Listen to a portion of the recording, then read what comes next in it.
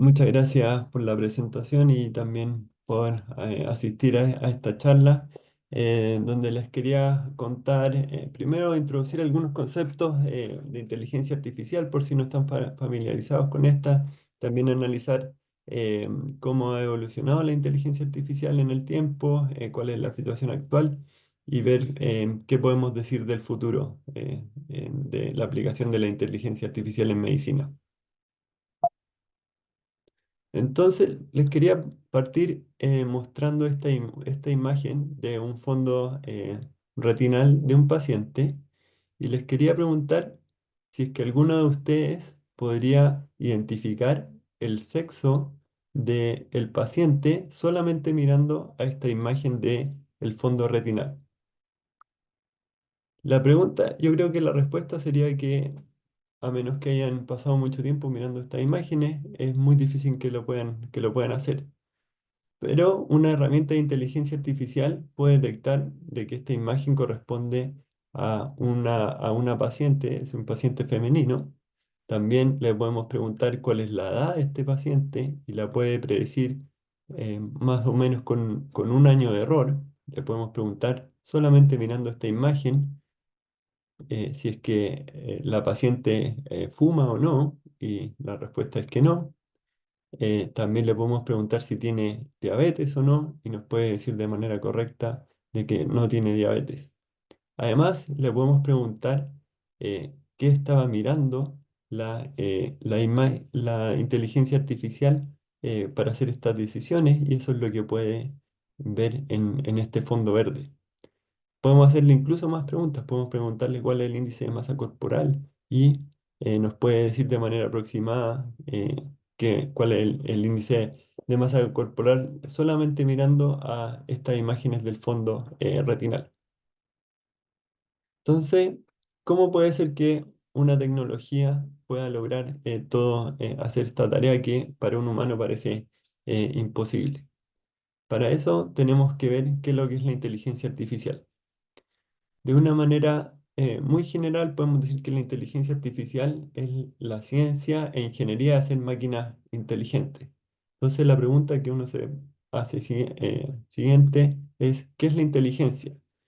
Y en este contexto vamos a definirla como la capacidad de aprender y ejecutar técnicas para resolver problemas y alcanzar objetivos en un entorno cambiante. Entonces, para poner un contraejemplo de algo que no sería inteligente, este podría ser un robot que está repitiendo la misma tarea todo el tiempo. Y esto no se consideraría inteligente porque no tenemos un entorno cambiante. El robot siempre está ejecutando la misma tarea y siempre espera que el proceso sea constante y por eso lo puede hacer de manera repetitiva. Si nosotros tuviéramos un robot que pudiera eh, cambiarse de tarea de manera rápida y ejecutar otra tarea, quizás ese lo podríamos considerar un robot inteligente. ¿Cómo partió la inteligencia artificial? El año 1950, Alan Turing propuso lo que se conoce como el test de Turing y su objetivo era determinar si es que una máquina podía pensar o no. Y él propuso que en lugar de poner ciertas métricas de que si una máquina podía lograr una tarea, él propuso algo mucho más simple. Él dijo que si es que una persona estaba hablando con una máquina y no podía discernir si es que era una máquina o un humano, esto se consideraba inteligente, se consideraba que una máquina era inteligente. Desde que Alan Turing propuso esta prueba, han habido innumerables intentos de superar esta prueba y se ha hecho muchas veces de manera exitosa, pero quizás por otras razones. Principalmente se explotan ciertas técnicas psicológicas que hacen que uno piense que está hablando con un robot, siendo que uno está hablando con un humano, siendo que en realidad está hablando con un robot. Eh, Esto coincide, y Alan Turing también fue muy prominente en el área de la computación, es que en esta época comenzaron a surgir los primeros computadores digitales y la inteligencia artificial es una pregunta que también surge a partir de que ahora tenemos estas herramientas nuevas que son los computadores digitales y nos permiten hacer mucho más cómputos de los que podíamos hacer antes. Entonces ahí pueden ver una foto de ENIAC, que es el primer computador digital. Entonces, ahora analicemos algunas predicciones que se hicieron en ese entonces. Al principio de cuando estaba surgiendo la inteligencia artificial. John McCarthy, que es considerado el padre de la inteligencia artificial, dijo que cada aspecto del aprendizaje o cualquier otra característica de la inteligencia puede, en principio, describirse con tanta precisión que una máquina puede simularlo. Es decir, todos los procesos que nosotros ocupamos para pensar, para ejecutar tareas, uno en principio podría describir una serie de reglas y nosotros podríamos implementar esas reglas en una máquina y la máquina podría hacer lo mismo. Eh, Herbert Simon, que fue premio Nobel en Economía, dijo que dentro de 10 años una computadora será el campeón mundial de ajedrez, a menos que las reglas le impidan competir. Esto lo dijo en el año 1957, es decir, el año 1967, el campeón de ajedrez debería haber sido una máquina, pero nosotros sabemos que esto no sucedió solamente hasta el año, el año 1997, cuando Deep Blue le ganó a Gary Kasparov. O sea, falló en la predicción por 20 años. Y Marvin Minsky dijo que dentro de una generación pocos compartimentos del intelecto quedarán fuera del dominio de la máquina. Los problemas de crear inteligencia artificial estarán sustancialmente resueltos. Bueno, y nosotros sabemos que hasta el día de hoy tenemos limitaciones y supongo que por eso usted acude en esta charla porque la inteligencia artificial no está sustancialmente resuelta muchos años después. Entonces, ¿qué tipos de inteligencia artificial existen? Tenemos una inteligencia artificial específica que funciona solamente para algunas tareas. Esto puede ser como pasar de voz a texto, segmentar una imagen médica, clasificar una patología en una imagen. Entonces, cada vez que ustedes le dictan a su teléfono, por ejemplo, esto sería un ejemplo de inteligencia artificial específica, donde tenemos una inteligencia artificial que solamente se dedica a tomar audio y convertirlo en texto. Ahora, eso hay muchos ejemplos exitosos, pero lo que es más complicado es buscar una inteligencia eh, artificial general, y que son máquinas ampliamente inteligentes que pueden desarrollar distintas tareas en distintos contextos. Entonces, un ejemplo de esto podría ser los Large Language Models que estamos viendo ahora, como ChatGPT y otras variantes, que en realidad les puede preguntar casi cualquier cosa y muchas veces tienen una respuesta bastante aceptada. Entonces veamos algunos ejemplos de inteligencia artificial en las épocas tempranas. Un ejemplo muy prominente aplicado a medicina se conoce como MyCin, que era un sistema experto que recomendaba tratamiento para infecciones bacterianas, y acá lo que hicieron fue tomar la literatura y resumir la literatura en 600 reglas y... y cuando probaron esto, funcionaba de manera muy similar a como al diagnóstico que hacía un médico, y pero esto nunca fue implementado principalmente por razones éticas, es decir, no se sabía si es que esto se equivocaba, de quién iba a ser la culpa, iba a ser de el que desarrolló el código o el que le dio la recomendación al paciente. Y también este no fue un modelo muy adelantado a su época, donde cuando se desarrolló, los computadores personales aún no estaban disponibles. Entonces no era fácil poner uno de estos recomendadores en cada hospital. Una cosa muy interesante y que vamos a volver más tarde es que este programa tenía un módulo de explicación, es decir, si es que este sistema me daba una recomendación de que este paciente tome tal medicamento, yo le podía preguntar ¿y por qué? Y me daba un razonamiento lógico basado en estas reglas de por qué tomo esta decisión, que vamos a ver después que es algo que eh, falta en los sistemas de inteligencia artificial actuales. En los años 90 hubo un cambio de paradigma en la inteligencia artificial, y esto fue principalmente porque los sistemas expertos, como el que acabamos de ver, no obtenían los resultados esperados. Entonces surgió una nueva rama que se llama aprendizaje de máquina. Entonces, ahora en vez de confiar en expertos que nos digan exactamente cuáles son las reglas que modelan un proceso, la idea es que las máquinas aprendan directamente estas reglas a partir de datos. Entonces empiezan a aparecer publicaciones como las que se muestra ahí en la derecha, donde se le enseña a una máquina, en este caso una red neuronal, a detectar microcalcificaciones en mamografía.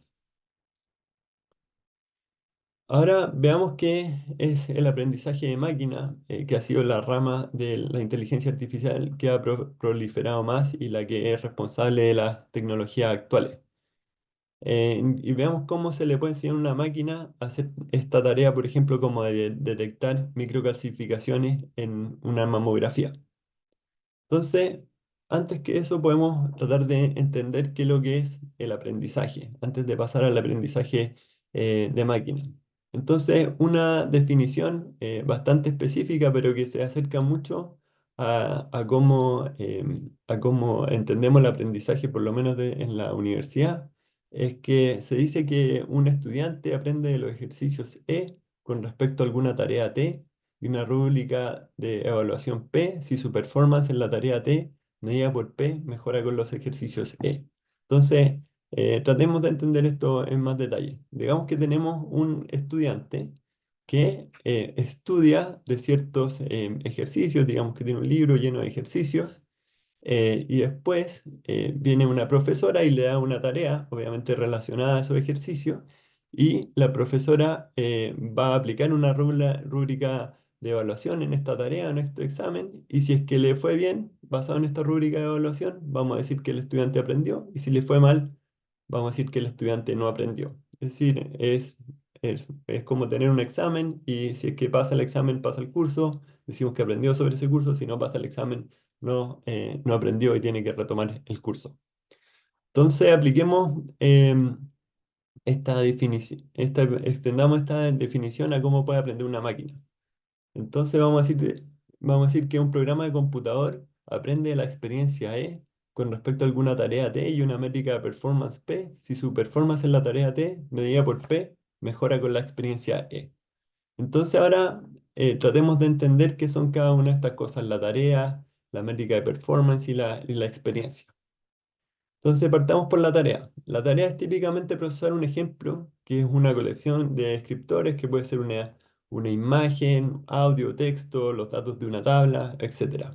Y veamos algunos ejemplos de tareas, que no es exhaustivo, hay muchos más tipos de tareas, solo les quería mostrar algunos relevantes. El primero, volviendo a nuestro ejemplo inicial, es clasificación. Entonces tenemos una imagen y queremos predecir una variable binaria, es decir, que puede tomar solamente dos valores, hombre, mujer, 0, 1, sí o no. Y esto es precisamente lo que está haciendo esta máquina cuando predice a partir del fondo retinal el sexo del paciente. También podemos tener tareas de regresión, que es lo mismo, la única diferencia es que ahora tenemos una variable continua, es decir, que puede tomar cualquier valor o infinitos valores en lugar de una variable binaria. Entonces, en este caso, si yo estoy prediciendo la edad, esto es una variable continua que puede ir de 0 hasta, digamos, cientos de años, eh, y eso sería lo que se conoce como una tarea de regresión. También puedo hacer segmentación, donde voy a tratar de detectar algunas estructuras dentro de una imagen médica. En este caso estoy marcando con distintos colores el ventrículo derecho, la sangre y el ventrículo izquierdo en una imagen de resonancia magnética. También podemos hacer detección de anomalías, donde tenemos distintas imágenes de patología y podemos darle un número diciendo si es que estas imágenes son normales o no. Entonces, la primera fila pueden ver que hay unos números relativamente bajos porque son imágenes sin patología y este número aumenta en en la fila de abajo porque tenemos imágenes patológicas. También podemos generar imágenes nuevas y esto puede servirnos si es que tenemos datos limitados y queremos testear un algoritmo. Bueno, podemos con herramientas de inteligencia artificial generar aún más imágenes em, que nos pueden servir, por ejemplo, para entrenar un algoritmo. Y de hecho acá les tengo una pregunta para que la piensen. Tenemos acá dos filas de imágenes y una fue generada por inteligencia artificial y la otra son imágenes reales. Entonces, traten de adivinar por un segundo cuál es cuál. Bueno, las imágenes de arriba son generadas por inteligencia artificial y las imágenes de abajo son imágenes reales. Las dos se ven extremadamente realistas. Eh, otra tarea que uno puede hacer, hecha por integrantes del Instituto Milenio Eye Health, es, por ejemplo, tomar una radiografía y generar el reporte radiológico asociado. Entonces, es una tarea que yo voy a tener que entrenar una máquina que vea la imagen y después genere un texto. Y esto se puede hacer de manera automática. Ahora si pasamos a la experiencia E, que serían, en nuestra analogía, serían los ejercicios de los cuales estudia el estudiante. em, Esto en el contexto de aprendizaje de máquina se refiere al set de datos que vamos a usar para entrenar la máquina. Y una de las razones por qué los algoritmos de inteligencia artificial han mejorado tanto en el último tiempo es por la gran disponibilidad de datos que existe hoy. Por ejemplo, este algoritmo que analiza el fondo retinal que les mostré al principio fue entrenado en 284.335 casos. Ahora, si nosotros pusiéramos a un especialista a ver esta cantidad de imágenes, si estuviera por 10 años solamente haciendo esta tarea y le dedicara solamente 3 minutos a cada caso, podría terminar de revisar todas estas imágenes. Ahora, el entrenamiento de una herramienta de este tipo no se demora un día, pero quizás en una semana uno ya puede procesar todas estas imágenes. Entonces, con este nivel de exposición a tantos datos, no es tan sorprendente que el algoritmo pueda detectar cosas como la edad del paciente. Ahora, los modelos de lenguaje, como ChatGPT, también son entrenados en terabytes de texto, principalmente encontrados en fuentes de Internet, y también eso hace que puedan absorber todo el conocimiento que tienen. Finalmente, la métrica de performance que vamos a ocupar para clasificación, por ejemplo, va a ser cuántas veces predijo la clase correcta, es decir, si predijo de manera correcta que el paciente era hombre o mujer. En regresión va a ser la diferencia o el error entre la cantidad predicha y el dato real. Y esto en nuestra analogía va a ser equivalente a cuando la profesora le pone la nota a la tarea ocupando esta rúbrica de evaluación. Algo que es extremadamente importante es que nosotros si tenemos nuestro set de datos completo, siempre lo vamos a partir en dos pedazos. Vamos a tener un set de entrenamiento que típicamente es más grande, em, que esto lo va a ver el algoritmo y va a poder aprender de estos datos, pero vamos a reservar una parte que se conoce como el set de testeo, que que no ha visto el algoritmo y lo vamos a hacer para calcular la métrica de performance. Y esto es lo mismo que yo hago en mis clases. Les doy algunos ejercicios a los alumnos para que practiquen, pero siempre en la prueba les pongo ejercicios distintos. em, para evitar, para ver cuánto aprendieron y no ver si es que solamente memorizaron algunos ejercicios. Entonces se podrán imaginar que estos modelos de inteligencia artificial fácilmente podrían memorizarse un set de datos. Entonces uno quiere evitar eso y por eso deja este set de testeo reservado.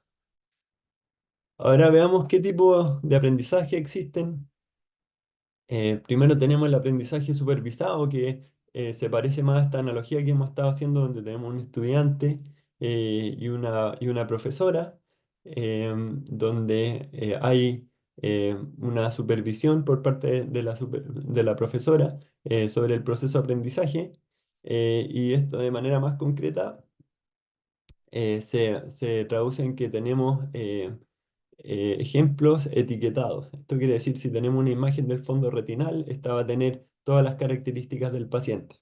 Y esto en nuestra analogía sería como que el estudiante puede aprender con ejercicios que tienen respuesta, con ejercicios que están resueltos. También podemos tener aprendizaje no supervisado, donde digamos que tenemos un estudiante autodidacta que aprende a dibujar el rostro solamente mirando a otros dibujos de rostros que ya están hechos, pero no tiene un profesor que le dice, esta es la técnica para dibujar rostros, y nadie le dice que todas las caras tienen dos ojos, una nariz, una boca, sino que solamente viendo estos ejemplos puede aprender sobre esto. Y un ejemplo que ya les mostré de esto sería la generación de imágenes del corazón que les mostré antes, donde simplemente se le entregan imágenes del corazón y el algoritmo aprende a generar nuevas sin que nadie le diga cuáles son las características de esta imagen. Ahora, dentro del aprendizaje de máquinas hay una rama también muy prominente que es la que ha tenido más éxito en los últimos años, que se llama el aprendizaje profundo o deep learning. em, y su herramienta principal son las redes neuronales. Eh, ¿Por qué se llaman redes neuronales? Porque tienen estos nodos que pueden ver en esta red, se le llaman neuronas porque se parecen vagamente a cómo funcionan las neuronas en nuestro cerebro. La idea es que agregan información que viene de otras neuronas, están conectadas por estos pesos que pueden ver en azul y en rojo, y luego transmiten esta información a otras neuronas. Cada red neuronal tiene ciertas capas, que son neuronas que trabajan de manera paralela, y el número de capas se conoce como profundidad.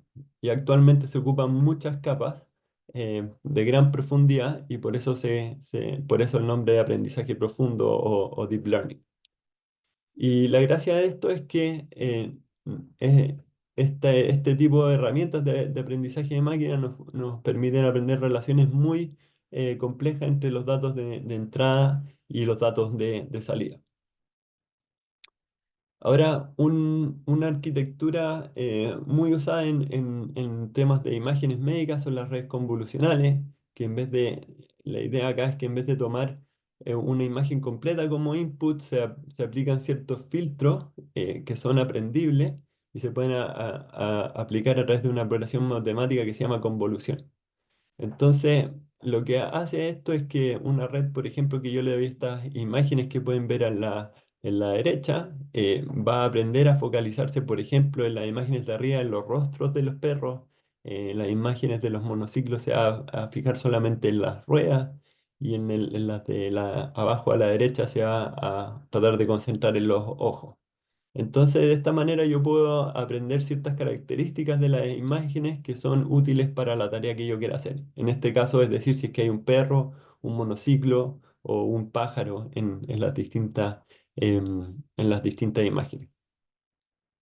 Ahora, un tipo de red que es extremadamente útil en el tema de imágenes médicas se conocen como UNETs, y en la derecha pueden ver su arquitectura y por qué recibe ese nombre, porque tiene una serie de convoluciones que lo llevan a tener esta forma de U.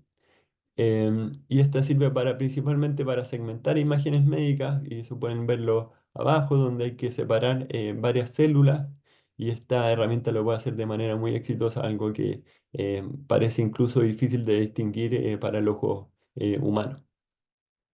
Otra arquitectura que quería mencionar, que no voy a entrar en los detalles em, matemáticos, se conoce como los Transformers, que fue un desarrollo de un grupo de investigación en Google que salió en el año 2017 con este paper que se llama Attention is All You Need. Y esta ha sido la arquitectura base de todos los modelos de lenguaje que pueden ver ahora, como ChatGPT y otras alternativas. Y de verdad que han revolucionado el campo, por lo menos de procesamiento de lenguaje.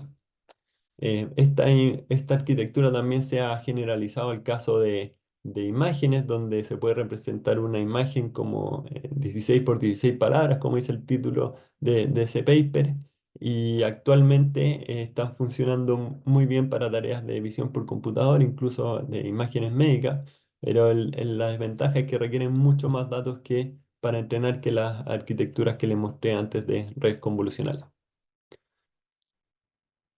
Ahora, que después de esta introducción veamos qué puede hacer la inteligencia artificial hoy día en la práctica clínica. Es decir, les quiero mostrar herramientas que estén operativas en centros clínicos. Existen más de 600 herramientas que usan inteligencia artificial aprobadas por la FDA y aquí solamente les voy a mostrar unos pocos ejemplos que creo que les pueden parecer interesantes. Entonces, una rama em, que ya está bastante consolidada es asistir con fichas clínicas. Entonces existe esta herramienta que se llama DeepScribe, que la idea es que uno entra a una consulta, el médico entra a la consulta y aprieta grabar y al final de la consulta esta herramienta construye un resumen y una ficha clínica que tiene todo el contenido necesario para resumir la visita y así el doctor o la doctora se puede enfocar en estar con el paciente y no tener que estar anotando. Otra herramienta se llama Regard y tiene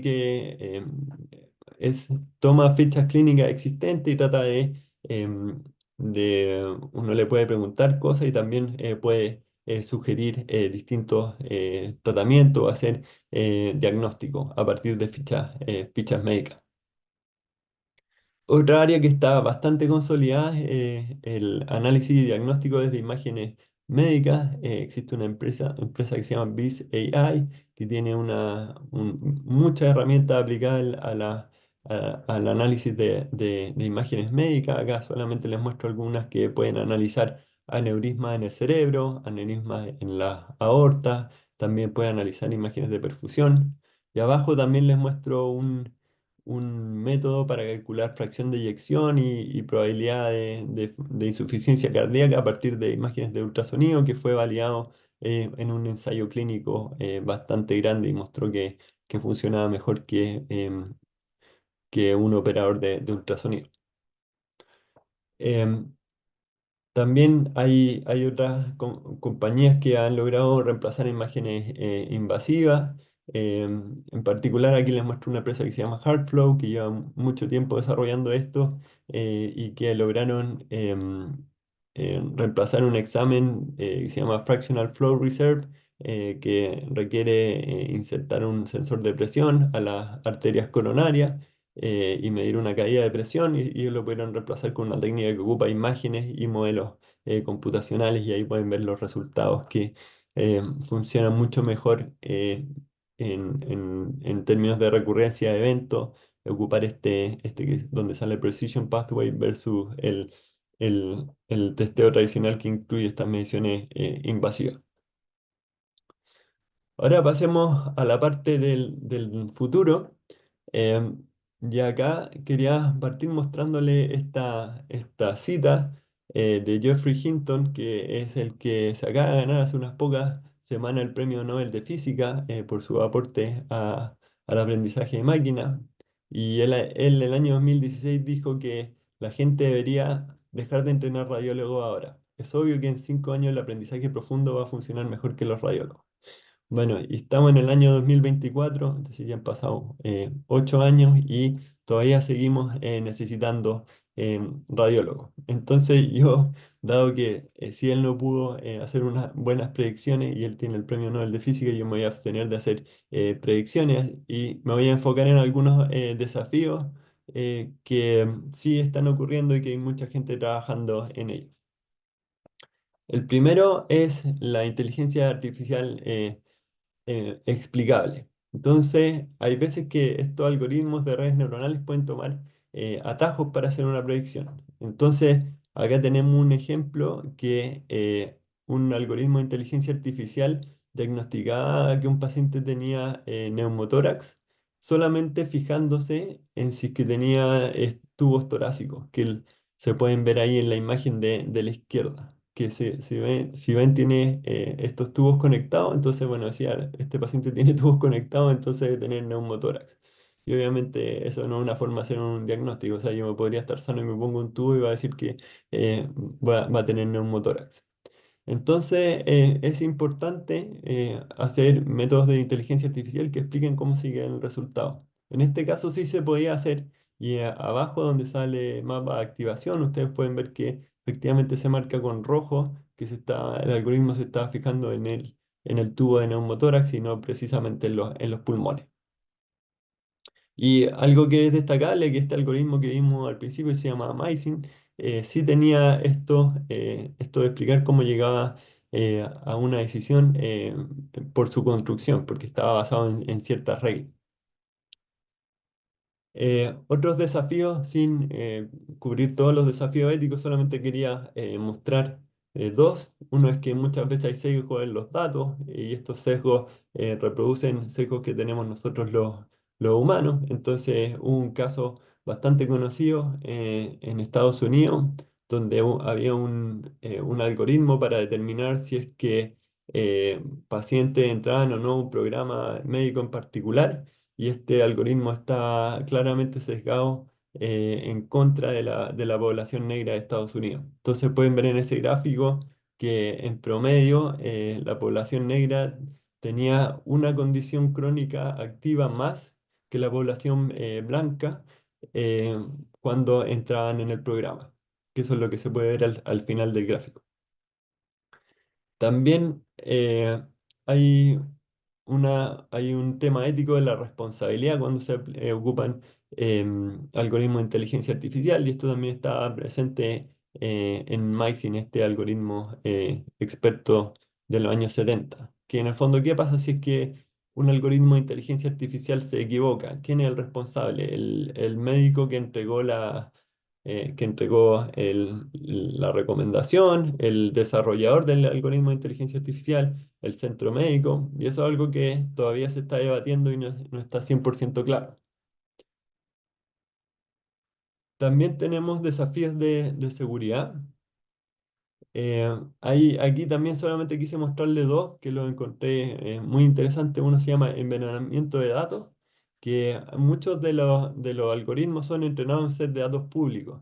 Entonces uno podría pensar que un hacker modifique este set de datos para que haga predicciones que me favorezcan. Entonces acá tenemos un ejemplo imagínense una compañía farmacéutica quiere tratar de promocionar un remedio, entonces inyectan en el set de datos como que esta es una muy buena medicamento para tratar el dolor. Entonces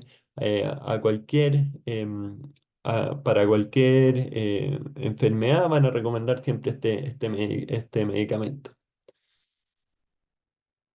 También algo que es muy particular de las redes neuronales, que son susceptibles a lo que se conoce como ataque adversario, y acá lo que está pasando es que se le agrega una cantidad de ruido que es imperceptible para el ojo humano, pero esta resulta en un en un cambio de diagnóstico. Entonces, en este caso pueden ver que la foto original predecía esta condición de acá. Si es que yo le agrego este ruido, genero esta imagen de la derecha, que son básicamente iguales para el ojo humano, pero hice que el diagnóstico que me entregaba la máquina cambiara con mucha certeza, es decir, en los dos casos es el 98%. Y eso se conoce como un ataque adversario. Entonces, qué es lo que sigue, en mi opinión, en el tema de la inteligencia artificial? Eh, entonces, nosotros podemos ver que el presupuesto para entrenar modelos ha crecido de manera exponencialmente. De hecho, aquí estamos en una escala logarítmica en este lado. Entonces, esto realmente es una curva exponencial, aunque parezca una recta. Em, y, de hecho, en Estados Unidos hicieron una ley que si es que si es que un modelo se entrena por más de 100 billones de petaflops, que son operaciones de computador, hay que reportar y hay que hacer una serie de cosas porque esto ya se puede volver peligroso. Y ahora, ¿por qué esto es importante? Porque si nosotros vemos el gasto en entrenamiento versus la performance de estos modelos, vemos que entre más lo entreno, mejor le va en estas pruebas. Es decir, si es que no sé, GPT-5 lo entrenan ahora por 100 billones de petaflops, probablemente va a estar aún más cerca de tener este 100% en estas pruebas de conocimiento. Ahora, ¿cuál es el problema de esto? Es que el costo de entrenar estos modelos ya empieza a ser caro. Entonces, si uno no se sabe exactamente, pero se estima que para entrenar GPT-4, el modelo detrás de ChatGPT, se costó más o menos 100 millones de dólares y ocupa 25.000 GPU. Ahora el problema es que, ya, está bien, yo gasté 100 millones de dólares para entrenar el modelo. El problema es que ahora cada vez que alguien usa el modelo, el costo de usarlo también escala con el tamaño del modelo. Y ahora esto ya es caro. Em, Hacer una consulta a ChatGPT puede costar entre 100 y 150 pesos. Entonces, si es que uno hace esto muchas veces, quizás 100 pesos una vez no es tanto, pero si uno hace, no sé, quizás 40 preguntas al día, quizás esto ya empieza a sumar y lo más seguro es que esto no sea un negocio para OpenAI ahora, es decir, no estén ganando plata haciendo esto. Entonces quizás vamos a llegar a un punto en que ya es tan caro ocupar estos modelos que es más barato ocupar un humano. Entonces debiera haber todo un desarrollo en cómo mejorar la eficiencia de estos modelos para que baje el costo de usarlo. Entonces, para terminar mi charla, quería presentar un pequeño resumen. Entonces, ha habido un crecimiento exponencial en el desarrollo de la inteligencia artificial en la última década. Em, el cambio más significativo desde los primeros días de la inteligencia artificial fue el desarrollo del aprendizaje automático. En lugar de depender de expertos, que este es un cambio que pasó en los años 90 y ha seguido desarrollándose. Y la inteligencia artificial ha alcanzado rendimiento a nivel humano en muchas áreas y hay muchas aplicaciones que ya existen en la práctica clínica. Y lo otro es que las técnicas cambian muy rápido. Si se fijan, este paper de Transformer salió en el año 2017 y sus aplicaciones la vimos el año 2022. Entonces, en un ciclo de 5 años, cambió completamente el paisaje de la inteligencia artificial. Y puede ser que ya se haya inventado una arquitectura nueva que todavía no la conocemos y que en 5 años estemos ocupando una arquitectura completamente diferente para resolver los mismos problemas, pero de manera más eficiente o quizás de manera más precisa. Entonces, y como les dije antes, es muy difícil hacer predicciones en este campo. Les mostré varias predicciones de premios Nobel que fallaron completamente. Entonces, la verdad es que es muy difícil decir qué es lo que va a pasar. Quería terminar invitándolos a un diplomado en inteligencia artificial aplicada al diagnóstico médico que tenemos disponible. Las clases parten el 11 de abril y se van a tratar temáticas de este tipo, pero yendo mucho más en detalle. Ahí pueden escanear ese código QR si es que quieren obtener más información. Muchas gracias. Muchas gracias, Francisco, por tu presentación. Disculpen, Valentina tuvo un problema técnico, por eso me conecté yo. Gracias por tu exposición y a la gente por conectarse. Si bien está el código QR, de todas maneras voy a dejar en el chat el enlace del diplomado del cual está haciendo referencia Francisco y también los datos del equipo de admisión, porque este programa cuenta con 35% de descuento hasta el 30 de noviembre. Así que ahí acabo de dejarles los datos para que puedan hacer todas las consultas necesarias. Así que no, hay un equipo de profesionales dispuestos a responder todas las dudas y asesorarlos. Francisco, te invito porque antes de conectarme vi algunos comentarios y a través del chat. Mientras tú haces eso, también los invito a ustedes a hacer consultas sobre la presentación de Francisco en caso de que haya quedado alguna duda. Ya, de todas maneras, también voy a revisar. Desactivado ahí dice, no, no entendí. A ver, no sé si nos han llegado alguna pregunta.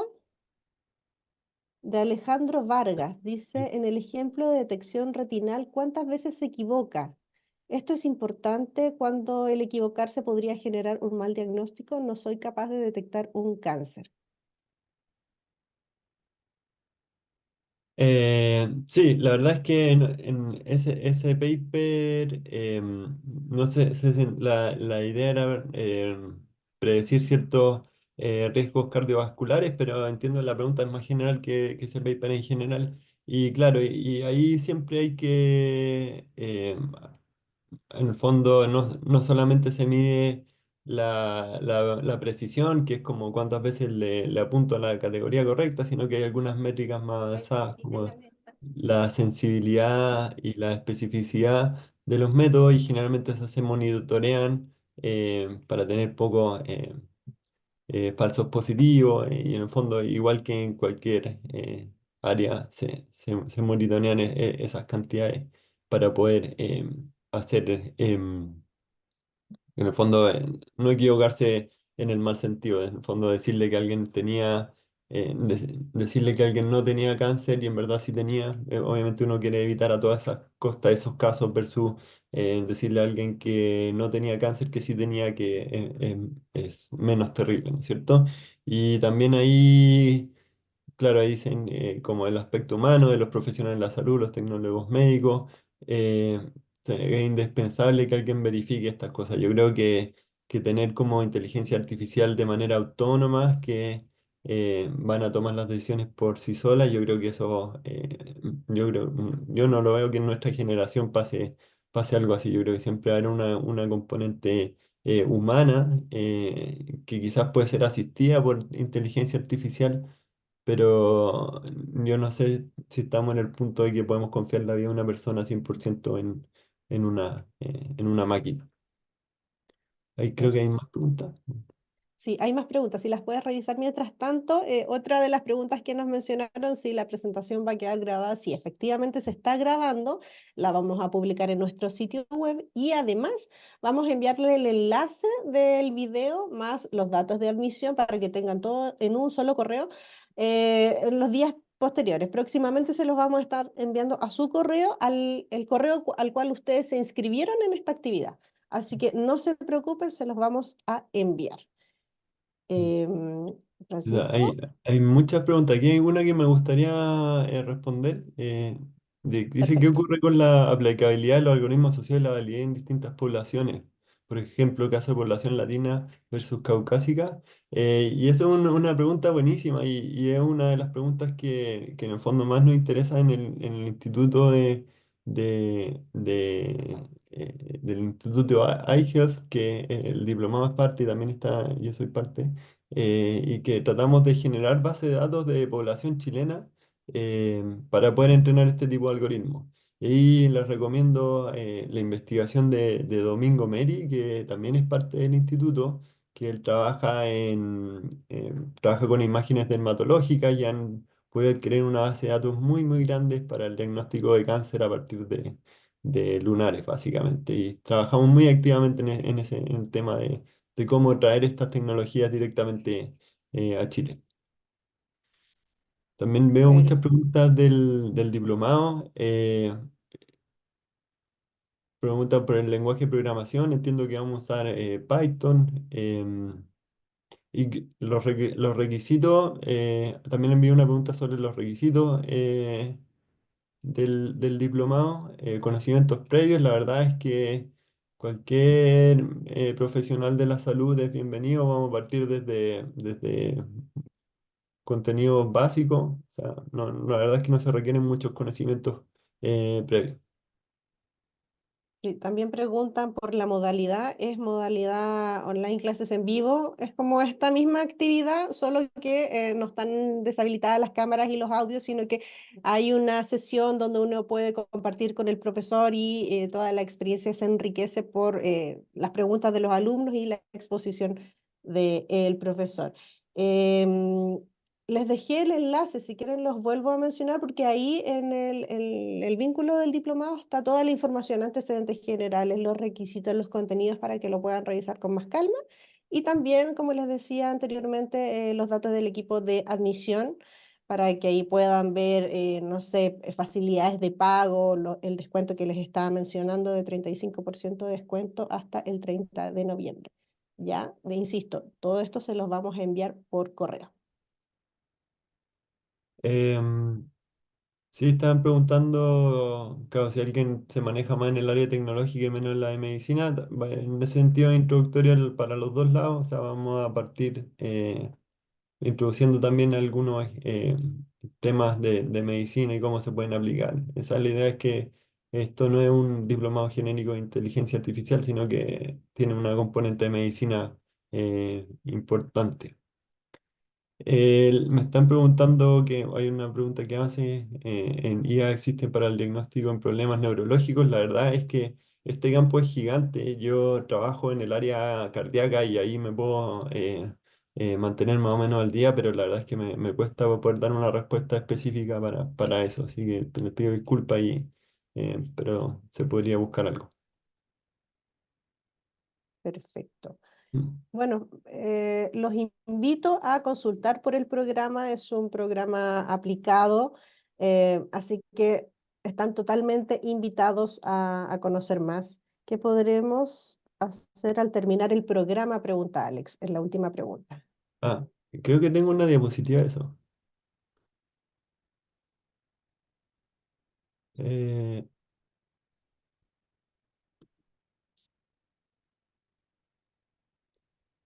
eh,